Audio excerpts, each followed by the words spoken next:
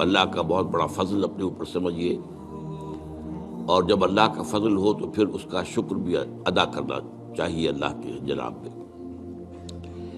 میں آپ سے ایک عجیب بات کہہ رہا ہوں، شاید آپ کو بہت وہ نئی سی لگے گی۔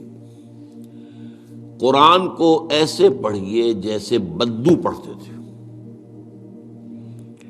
بدو نہ فلسفی تھے، نہ منطقی تھے، نہ سائنسدان تھے، نہ ابھی حدیثیں ان کے پاس تھی، نہ ابھی فقہ مرتب ہوئی تھی۔ وہ کیا تھا؟ عربی زبان، یہ ان کی اپنی تھی۔ تو شرط اول جو ہے قرآن مجید کو سمجھنے کے لیے، وہ عربی زبان کا صرف و نحو صحیح جاننا یہ لازم ہے۔ پھر قرآن کے متن ہی کو اصل سمجھیے۔ البتہ یہ ہے کہ اس کو آپ سمجھیں کہ یہ پہلا مرحلہ ہے قرآن پر غور کا، قرآن پر فکر کا، قرآن پر سوچ کا۔ اس کے بعد اگلے مراحل بھی آئیں گے۔ اسی قرآن سے پھر قوانین جو ہے واقف ہونے ہیں۔ اچھا، اس میں بعض سے واقعات ایسے ہیں کہ جو تو ایک تاریخی حیثیت رکھتے ہیں۔ اب ان میں اس واقعے کے ضمن میں تفصیل میں کہیں کوئی اختلاف ہو گیا تو کوئی حرج واقع نہیں ہوتا۔ ابھی میں مثال دیا کرتا ہوں کہ میں چند جملے ابھی آپ کے سامنے یہاں ادا کروں، اور پھر 10 منٹ کے بعد پوچھا جائے آپ سے، تو ہر شخص جو ہے اس کو کہے گا، وہ جواب جو میرا دے گا وہ مختلف ہوگا اس کا، اس میں اس کی اپنی بات بھی شامل ہو جائے گی۔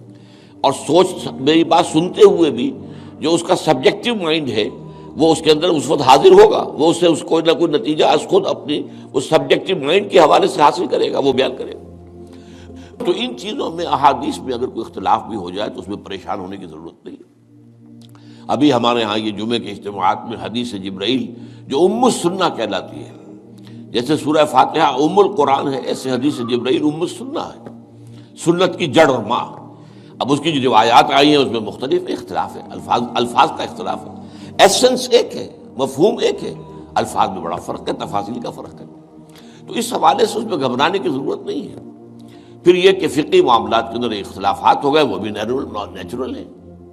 آپ کو معلوم ہے کہ ایک ہی مقدمہ ہوتا ہے، 8 جج بیٹھے ہوئے ہیں ایک بینچ پر، 5 کا فیصلہ ایک ہے، 3 کا ایک ہے، اور بھی تقسیم ہو سکتی ہے۔ قانون وہی، اور یہ میں بات کر رہا ہوں سپریم کورٹ کی یا ہائی کورٹ کی، وہاں پہ تو ظاہر بات ہے وہ نئے بیانات نہیں لیے جاتے، وہ جو بھی فائل ہے وہ تو بہت پہلے سے تیار ہو چکی ہے، اس کے اوپر بحث ہوتی ہے، صرف اسی سے اخذ کیا جاتا ہے، مطلب ان کا وہی رہتا ہے، اس کے اندر تبدیلی نہیں ہو سکتی، اس موقع پر کوئی نئی گواہی نہیں آتی۔